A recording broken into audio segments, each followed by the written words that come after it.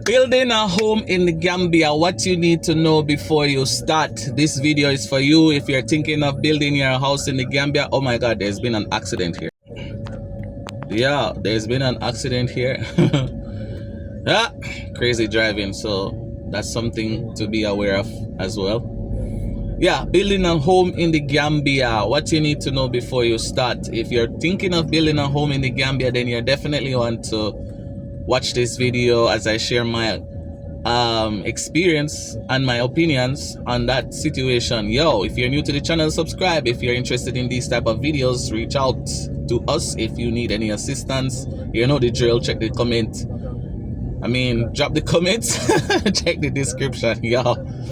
Anyways, what you need to know before you build. Well, firstly, a lot of people are now thinking of building in the Gambia. Some people buy land in the Gambia, let's say 4 or 5 years ago, and they have been just watching the progress and development that has been taking place in Gambia, and they're like, okay, maybe when they buy the land before, there was a lot of bush, there was not enough housing, and now people are building, like for example an area called Pirang, there was just bush. Now people are building apartments and all kind of stuff in there. Or let's say around Gunjur, where Taft Estate is right now, everybody is building around there now. I'm hearing that a luxury apartment building is going to be erected around there very soon. All of these things are happening now, where 4 or 5 years ago these things were not happening. So if you're going to build in the Gambia right now, what do you need to know? What do you need to keep in mind? Well, the first thing that you need to keep in mind is,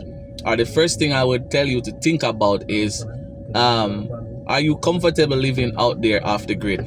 Because most of the Gambia don't necessarily have an established healthcare system across the country, in a way that if you're living somewhere outside of the city and you have a certain kind of sickness or a certain kind of health condition, how easy it is for you to get to the place that you need to get to for your treatment. Is the treatment even available here?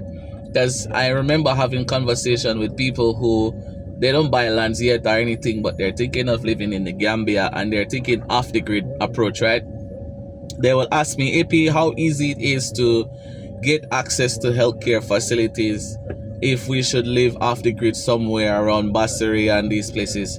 I told them, to be quite honest with you, there are local clinics there, but they might not be up to the international standard that you need in order to address the particular illness or healthcare that you want.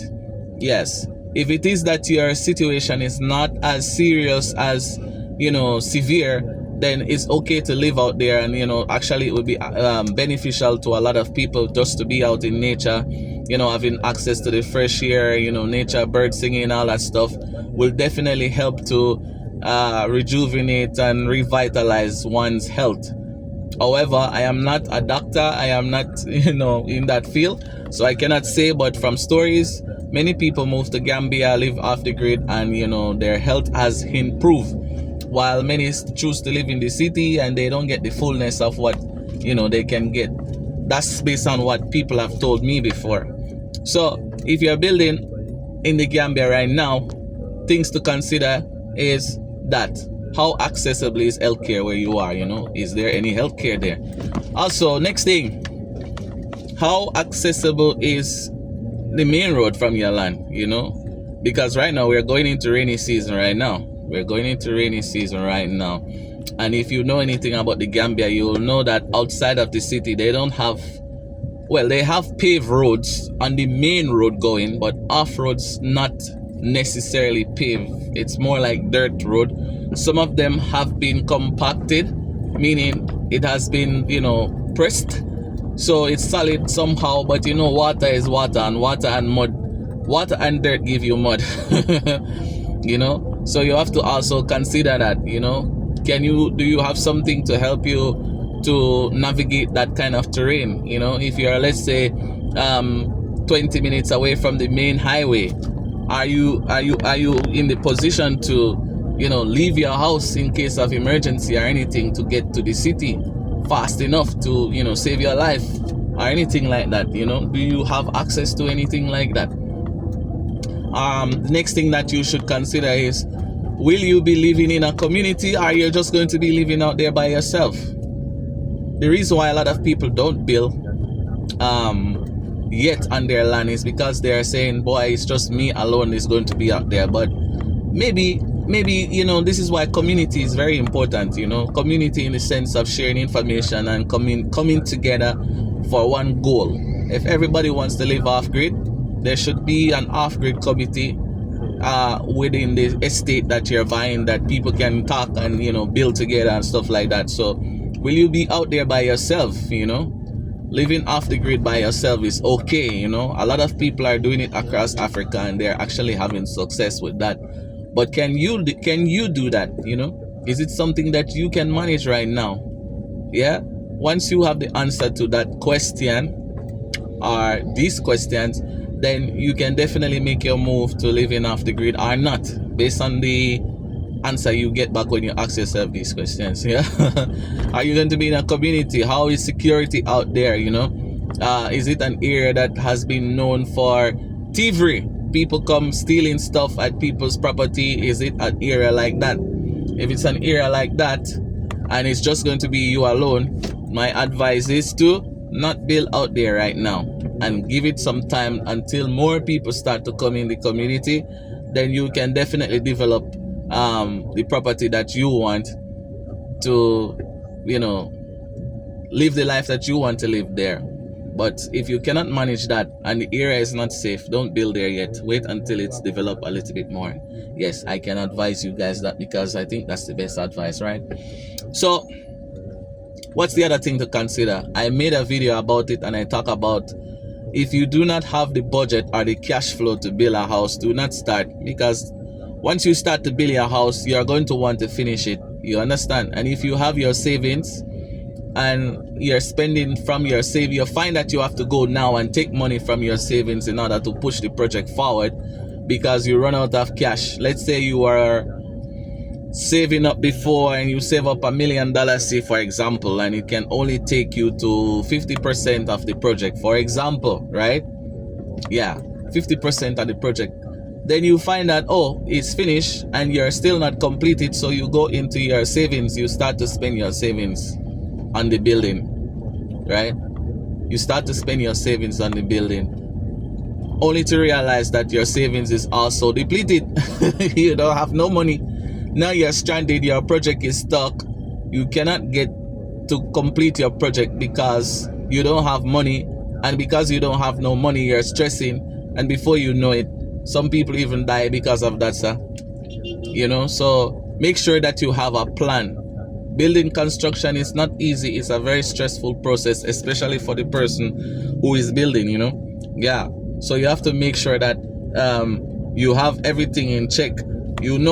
That if you start to build, you can cash flow within this time period, that you can actually continue to finish your property that you're building. Yeah.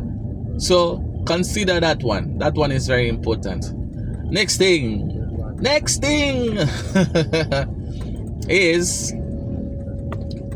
contractors. Who are you using to build your house? What kind of reputation does the person have? Have the person actually built a house before?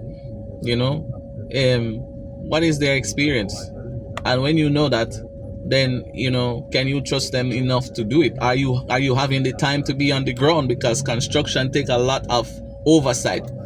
The reason why you will go to some rental properties or some people's houses and you will see crooked walls, or window jambs are not incorrectly and all that stuff, is because there was no oversight to correct these things while it was being done. So you have a lot of incorrect things that are being done on site that no one was there to correct. So do you have the time to be there? Do you trust the contractor? You can always reach out to someone like us to help you read those kind of things. You can always reach out. We are here. That's why we are here on the ground for you guys. But anyways, consider that one. That one is very important, because when you build a property, if it's something is there that is not right, you have to go and then hit that property down, do it again. It's going to cost you a lot of money and a lot of time. you know, and some people are not fortunate enough to really have proper built property. They have to sit on the side, and sometimes even when you're on the side, sitting is a lot of headache. If you are having these kind of challenges, comment and let me know. Comment and let others know that what I'm saying is not just talking, it's reality on the ground. Yeah, you must make sure that you know the contractor's experience, and actually that you have time, or you are going to hire a manager like us to come in and make sure things get done correctly and on time. Yeah, I think these are some of the most important things that you must think about before you actually start building, or if you want to build in Gambia, you should think about these things. Very important, you know. Make sure you have buffer. When you're building, have buffer. Like, for example purposes only, guys. If your house price is $1 million or $2 million or $3 million to build, do not just budget $3 million. Budget $3.5, $4 million buffer, just in case anything should happen. Cement prices raise. Like right now, cement prices have gone up to the roof. Yeah, if you did not buffer for that, then now you're going to have problems, you know. Yeah, so you have to buffer for things. Anything can change at any time. You don't know. This is construction. All of these things can happen, so you have to make sure that you are prepared for any changes that may take place while you are actually doing your construction. Yeah, so it's like that. If you do that, then you shall be fine. You should be fine. See, so that's it for this one. Yeah, I'm making a stop at Staples right now. I'm picking up my water cooler because I need water cooler in my house. Yeah, shout out to the Staples family. They are good people. They have been good to us. Shout out to them. Yeah, so I want to pick up my water cooler and head home. Well, no, I'm going towards a project that we're overseeing first. Then I'm heading home to see my family.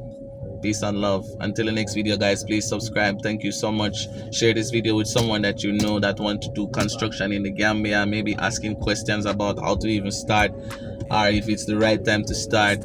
You know, just share this with them, and we are open to talking to them at any point in time. Consultation, yes, all of that. We are ready to work with you guys. Yeah, and I really hope that you guys have been learning a lot from the videos that I have been uploading recently. I know a lot of you guys keep asking me where's Jody, and I keep telling you that she's fine right now. Yeah, we're just working on things like it is right now. Everything else will reveal itself in time.